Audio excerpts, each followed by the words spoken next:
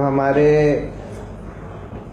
युवा एक्टिविस्ट हैं, स्टूडेंट्स हैं, जर्नलिस्ट हैं, जो न्याय के साथ खड़े हैं और जो सच के साथ खड़े हैं और जो आज जिनको अरेस्ट करके प्रोसिक्यूट करके जेल में डाला हुआ है, मार पिटाई उनके साथ करी गई है, टॉर्चर किया गया है, मैं इस देश की तरफ से, इस व्यवस्था की तरफ से उनसे क्षमा मांगना चाहता हूँ और उन लोगों को और उनकी फैमिली को मैं बधाई देना चाहता हूँ कि इतना प्रताड़ना के बाद भी वो लोग इतने जोर से खड़े हुए हैं। बहुत बड़ी बात है। देखिए, जो आज इस देश में चल रहा है वो कानून का राज तो कहा नहीं जा सकता। आज तो बिल्कुल उल्टा चल रहा है। जो दंगई हैं, जो क्रिमिनल्स हैं, जो हिंसा करते हैं, जो सोशल मीडिया पे गाली गलौज करते हैं, उनको खुली छूट दी गई है।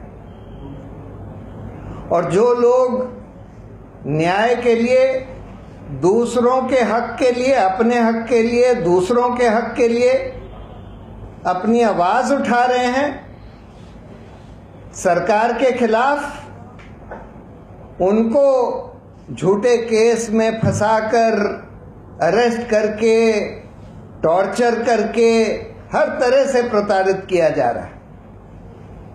और इसमें हम देखते हैं कि ये जो पुलिस एजेंसीज हैं, चाहे ये दिल्ली पुलिस हो, चाहे ये एनआईए हो, चाहे एनफोर्समेंट डायरेक्टरेट हो, ये सरकार के हाथ में बिल्कुल कठपुतली बन गए हैं।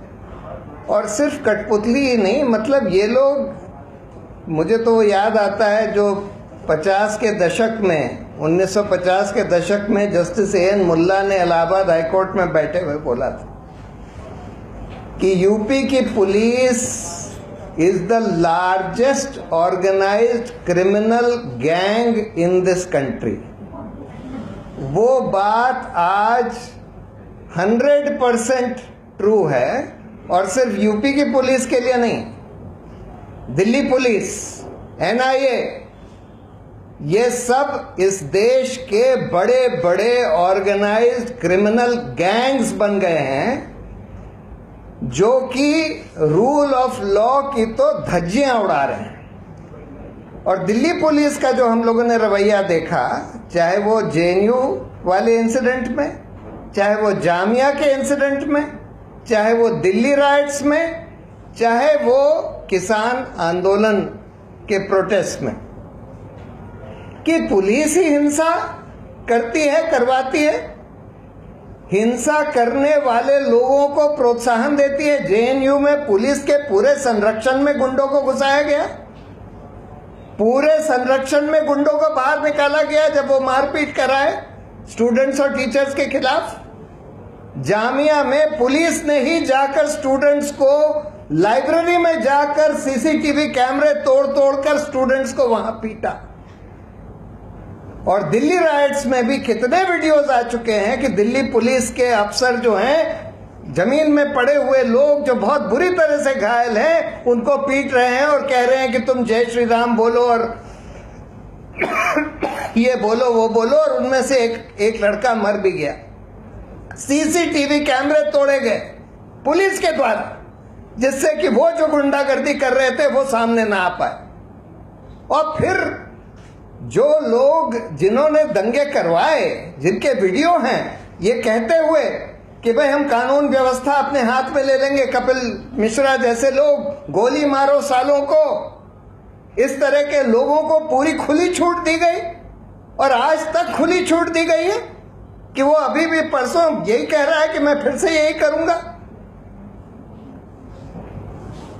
तो और उल्टा जो लोग बिल्कुल अहिंसात्मक तरीके से प्रोटेस्ट कर रहे थे, चाहे वो सीएए के खिलाफ, चाहे वो ये जो फार्म लॉस के खिलाफ, उन लोगों के खिलाफ झूठे केस बना बनाकर उनको अरेस्ट किया जा रहा है।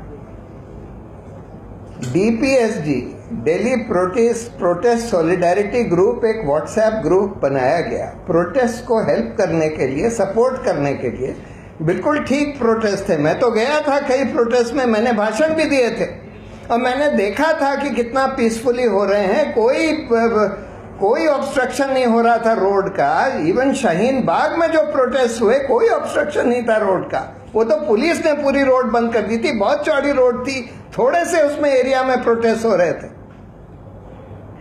और वहां पर छोटे छोटे बच्चों को संविधान पढ़ाया जा रहा था, ह्यूमन राइट्स के बारे में सिखाया जा रहा था। बिल्कुल पीसफुल तरीके से सब कुछ हो रहा था। और जो एक व्हाट्सएप ग्रुप बना इन प्रोटेस्ट को सपोर्ट करने के लिए, वो कहते हैं कि जो लोग इस व्हाट्सएप ग्रुप में थे वो लोग सब इस कॉन्स्पिरेसी में शामिल थे कि दिल्ली में दंगे करवाए जाए। हम भारत के लोग, एक और ग्रुप बना जिसका मकसद ये था कि भाई हिंदुस्तान में लोकतंत्र को बचाया जा सके, हमारे संविधान को बचाया जा सके। उनके खिलाफ केस बना रहे हैं कि भाई आप लोग दंगे करवा रहे थे। तो ऐसे केस में कोर्ट्स का बहुत अहम रोल होता है। देखिए, कोर्ट्स जो हैं उनकी ड्यूटी है ये देखना कि इस देश में कानून का राज चले। और जहां ये बिल्कुल साफ जाहिर है, साफ दिख रहा है कि पुलिस का इन्वेस्टिगेशन बिल्कुल बेईमानी से, मैलाफाइडी तरीके से, जैसे कि क्रिमिनल गैंग की तरह ये पुलिस ऑपरेट कर रही है, कि जो दंगई लोग थे, जो हिंसक लोग थे, उनके साथ मिलकर गैंग की तरह ऑपरेट कर रही है। और जो उन्होंने वायलेंस करी पुलिस ने, जो उन्होंने अपराध किए, उसकी जांच वो खुद करेंगे। आज तक वो कहते हैं 1 साल के बाद भी उन पुलिस ऑफिसर जिनका सब वीडियो है कि इन बच्चों को जो जमीन में पड़े हुए हैं उनको पीट रहे हैं, कहते हैं हम उनको आइडेंटिफाई नहीं कर पाए। कहते हैं कि हम JNU का कुछ नहीं पता लगा पाए, जामिया का कुछ नहीं पता लगा पाए। तो ऐसे सिचुएशन में कोर्ट्स की ड्यूटी ये थी कि इस इन्वेस्टिगेशन को दिल्ली पुलिस के हाथ से लेकर और एक स्वतंत्र SIT को दे देना चाहिए था। वो दिल्ली हाई कोर्ट कर सकता है, सुप्रीम कोर्ट भी कर सकता है। और इनको सुओ मोटो करना चाहिए था जब ये सब चीजें बिल्कुल रिट लार्ज हैं, सब जगह दिख रही हैं, एकदम क्लियर है, as clear as daylight. तो हाई कोर्ट और सुप्रीम कोर्ट दोनों की ड्यूटी थी कि भाई ये इन्वेस्टिगेशन बेईमानी से हो रहा है, इनोसेंट लोगों को पकड़ा जा रहा है, जो गिल्टी लोग हैं उनको पूरी खुली छूट दी गई है, और ये इन्वेस्टिगेशन हम ट्रांसफर करते हैं। हर्ष मंदर ने एक केस भी फाइल किया कि भाई कम से कम कपिल मिश्रा पर FIR तो रजिस्टर कराइए, लेकिन वो नहीं करवाया गया। और वो केस जो है, जो पहले जज डील कर रहे थे जस्टिस मुरलीधर, उनका ओवरनाइट, रातों रात ट्रांसफर कर दिया गया पंजाब। और फिर चीफ जस्टिस ने, दिल्ली हाई कोर्ट के चीफ जस्टिस ने खुद ले लिया, और तब से वो केस एडजर्नी होता जा रहा। उस केस में ही हाई कोर्ट ये कह सकता था, कहना चाहिए था कि ये इन्वेस्टिगेशन तो बिल्कुल बेईमानी से हो रहा है, और इसलिए ये इन्वेस्टिगेशन दिल्ली पुलिस के हाथ में नहीं छोड़ा जा सकता। इसके लिए हम बिल्कुल एक इंडिपेंडेंट SIT बनाएंगे जो हमारे कोर्ट के निगरानी में काम करेगी। लेकिन वो नहीं किया गया। दूसरी रिस्पॉन्सिबिलिटी कोर्ट की ये है कि जहां ये देखे, जैसे नवदीप का केस है, या ये शिव कुमार का केस है, या खालिद सैफी का केस है, कि जहां ये देखे कि भाई पहला तो आपने बिल्कुल बेबुनियाद अरेस्ट कर लिया, झूठा अरेस्ट कर लिया। या इसका केस है, ये जो लड़की दिशा रवि, अरे दिशा रवि का टूल किट में तो कोई ऑफेंस है ही नहीं। वो तो it's a case which is fit for quashing the FIR itself. It's a case eminently suited for quashing the FIR. इसी तरह से ये जो केस कैरावान के खिलाफ रजिस्टर किया गया है कि भाई आपने ये बोल दिया कि उस नवरीत जो फार्मर था उसको गोली मारी गई, आपने कुछ आई विटनेसेस का कोट करके ये लिख दिया और ये ऑफेंस है, इस पर FIR रजिस्टर कर लिया।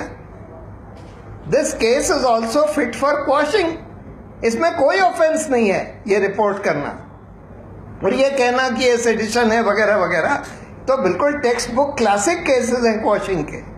और नॉर्मली जब कोर्ट ये देखता है, चाहे वो बेल की प्रोसीडिंग में देखे, चाहे वो डिस्चार्ज की प्रोसीडिंग में देखे, चाहे वो ट्रायल की प्रोसीडिंग में देखे, जब कोर्ट को ये दिख रहा है कि भाई ये केस झूठा बनाया गया है, मेलाफाइडी बनाया गया है और इस जने को टॉर्चर किया गया है पुलिस कस्टडी में, तो कोर्ट की रिस्पॉन्सिबिलिटी है कि उन पुलिस ऑफिसर्स को ढूंढ के दंडित करे, आइडेंटिफाई करके दंडित करे।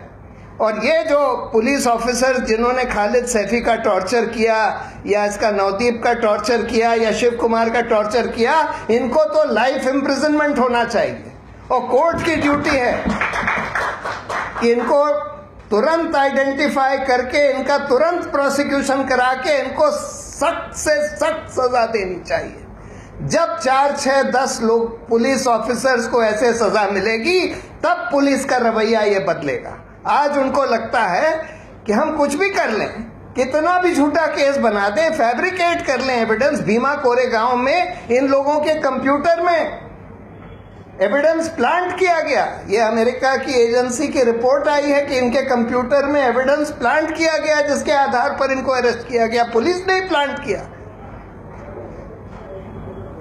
ऐसे केस में इन लोगों को आइडेंटिफाई करके इनका प्रोसिक्यूशन होना चाहिए। कुछ लोगों का होगा तब फिर ये बंद हो जाएगा, नहीं तो इनको लगता है कि हमारे लिए तो कोई रिस्क है ही नहीं, कुछ भी कर दो, झूठा केस बना दो, मार पिटाई कर दो, टॉर्चर कर लो, कुछ भी कर दो, हमें कुछ नहीं होगा।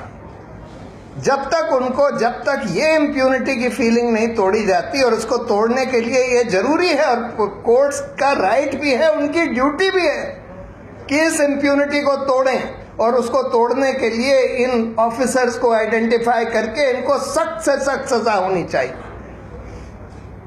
एनीवे, अब फॉर्चुनेटली अब हम लोग देख रहे हैं कि कोर्ट्स का भी थोड़ा थोड़ा रवैया बदल रहा है। आज नवदीप कौर की बेल हुई, उस दिन दिशा रवि की बेल हुई। अब मुझे पूरा विश्वास है कि शिव कुमार की भी बेल हो जाएगी, लेकिन इसके आगे जाने की ज़रूरत है। इन पुलिस ऑफिसर्स को आइडेंटिफाई कर करके, ढूंढ के आइडेंटिफाई करके, एक को भी नहीं छोड़ना चाहिए। इन सब को पकड़ के जेल के सलाखों में सड़ाने की ज़रूरत है, जिन लोगों ने इस तरह के झूठे केस बनाए हैं। और इसलिए आई होप कि नेक्स्ट स्टेप बेल के अलावा या डिस्चार्ज या एक्विटल के अलावा जुडिशरी का नेक्स्ट स्टेप ये होना चाहिए, और शायद होगा भी, कि इन ऑफिसर्स को आइडेंटिफाई करके इनको पनिश किया जाएगा। और देखिए, इस देश में इतना ज़बरदस्त फैसिस्ट असॉल्ट हो रहा है, हर तरह से डेमोक्रेटिक वैल्यूज़, डेमोक्रेटिक इंस्टीट्यूशंस को क्रश करने की कोशिश करी जा रही है। लेकिन इसके बावजूद इतने सारे लोग खड़े हुए हैं, जर्नलिस्ट खड़े हुए हैं, एक्टिविस्ट खड़े हुए हैं, फार्मर्स खड़े हुए हैं, स्टूडेंट्स खड़े हुए हैं। बहुत बड़ी बात है, बहुत बड़ी बात है। इतने रिप्रेशन के बाद भी लोग खड़े हुए हैं, और मुझे पूरी उम्मीद है कि ये जो दौर है फांसीवाद का, ये अब जल्दी ही खत्म होगा इस देश में। Thank you.